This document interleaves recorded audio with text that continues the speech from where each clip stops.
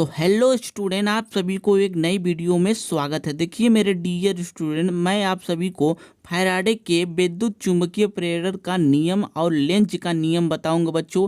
देखिए बच्चों, ये फिजिक्स के बहुत ही मोस्ट इम्पोर्टेंट टॉपिक में से एक है बच्चों, क्योंकि ये पेपर में हर साल आते हैं बच्चों। तो इसलिए आप लोग इस वीडियो को अच्छे तरीके से अंत तक अगर देख लेते हैं तो आपका जो है बच्चों 4 से 5 नंबर बच्चों क्लियर हो जाएंगे, क्योंकि बच्चों ये जो है 2 से 3 नंबर में आने वाले ये प्रश्न है बच्चों। इसलिए आप लोग इस वीडियो को अच्छे तरीके से जरूर देखिएगा। देखिए बच्चों, हम लोग देखते हैं कि फैराडे के विद्युत चुंबकीय प्रेरण का नियम, प्रथम नियम यहाँ पर देखते हैं बच्चों। यहाँ पर देखिए ध्यान से कि जब किसी कुंडली में फ्लक्स परिवर्तन होता है तो उसमें प्रेरित विद्युत वाहक बल व प्रेरित धारा उत्पन्न होती है। क्या होती है बच्चों?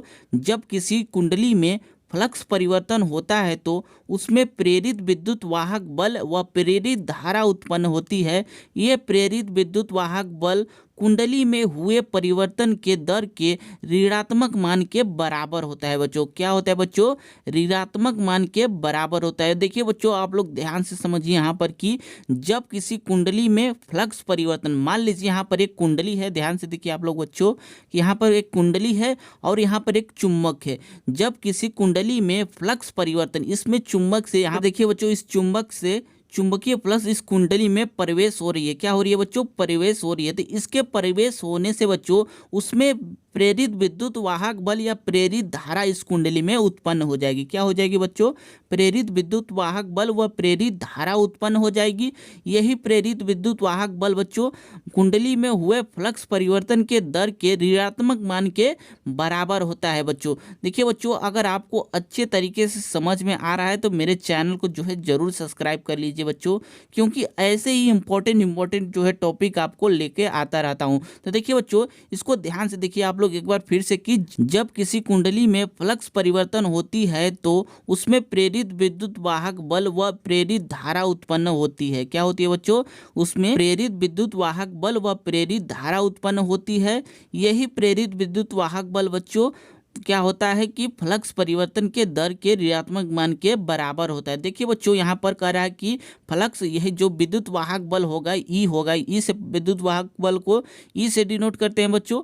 जो ई होगा जो फ्लक्स परिवर्तन के ऋणात्मक मान के बराबर होगा बच्चों। तो यहाँ पर देखिए बच्चों, यहाँ पर सूत्र क्या बनेगा इसका कि यहाँ पर ई इक्वल टू बनेगा। यहाँ पर ध्यान से देखिए आप लोग, कोई भी डाउट नहीं होगा बच्चों। यहाँ पर ई इक्वल टू बनेगा चुंबकीय फ्लक्स परिवर्तन के दर के बराबर। यहाँ पर होगा बच्चों कि डेल, यहाँ पर डेल फाई अपान में डेल टी जो है बच्चों, जितना समय लगेगा इसमें परिवर्तन होने में समय लगेगा। तो इसी को बच्चों और कह रहा है कि ऋणात्मक मान के बराबर होगा, तो यहाँ पर माइनस लग जाएगा बच्चों। यहाँ पर क्या लगेगा?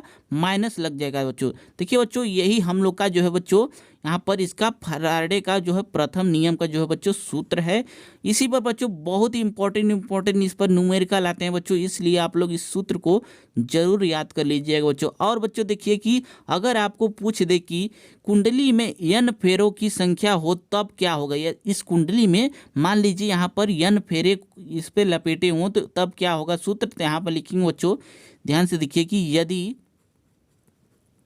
कुंडली में n फेरे हो तो क्या हो बच्चों? कुंडली में फेरों की संख्या क्या हो बच्चों? n हो। फेरों की संख्या n हो, तो यहाँ पर लिखेंगे बच्चों संख्या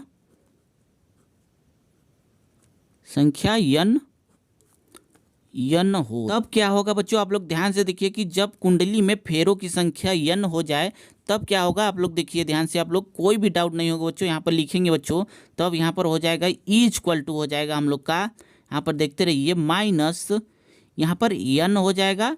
फिर बच्चों देखिए यहाँ पर डी, यहाँ पर डेल फाई अपान में डेल टी, यही आपका फार्मूला हो जाएगा बच्चों। ये हम लोग का n फेरे जब लगा हो बच्चों तब के लिए ये हम लोग का फार्मूला हो जाएगा। देखिए बच्चों, अगर आपको अच्छे तरीके से आपको समझ में आ रहे हो तो एक बार फिर से समझा रहा हूँ कि जब किसी कुंडली में फ्लक्स परिवर्तन होती है तो उसमें एक प्रेरित विद्युत वाहक बल व प्रेरित धारा उत्पन्न हो जाती है।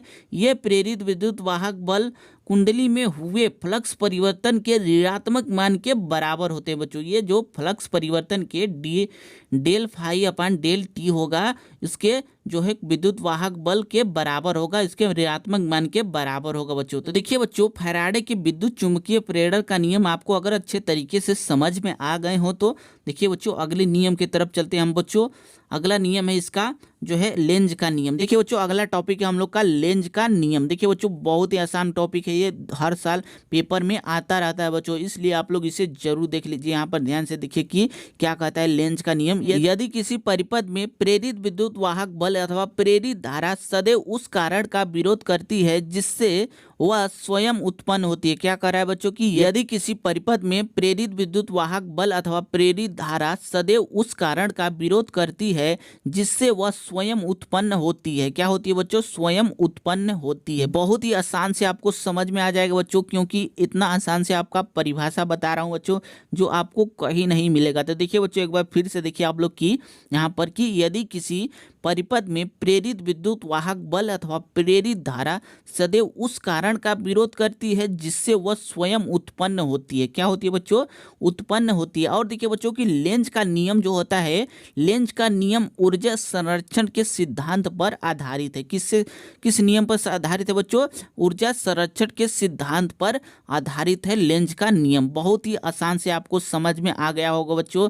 अगर आपको कोई भी डाउट हो रही है तो आप लोग कमेंट में जरूर बताइए बच्चों, आप लोग का तुरंत ही सोल्यूशन मिलेगा, क्योंकि आपको अच्छे तरीके से हर एक चीज बताया जाएगा। तो देखिए बच्चों, अगर आपको कोई भी डाउट होती है तो आप लोग मेरे व्हाट्सएप नंबर, जो मेरे चैनल पे व्हाट्सएप नंबर है, वहां पर जाकर आप लोग कोई भी डाउट को क्लियर कर सकते हैं बच्चों, क्योंकि मैं चाहता हूं कि आप लोग को कोई भी तकलीफ न हो पढ़ाई में, आप लोग अपना पढ़ाई पूरा करते रहे थे। तो देखिए बच्चों, अगर आप लोग अच्छे तरीके से समझ लिए हैं तो आप लोग एक बार स्क्रीनशॉट इसका ले लीजिए और देखिए बच्चों, और वीडियो को शेयर जरूर कर दीजिएगा बच्चों, और चैनल को जरूर सब्सक्राइब कर लीजिए, क्योंकि ऐसे ही इंपॉर्टेंट टॉपिक पर आपको वीडियो मिलती रहती है। तो देखिए बच्चों, आज के लिए तो बस करते हैं, कल मिलते हैं किसी अगले और अच्छे टॉपिक के साथ।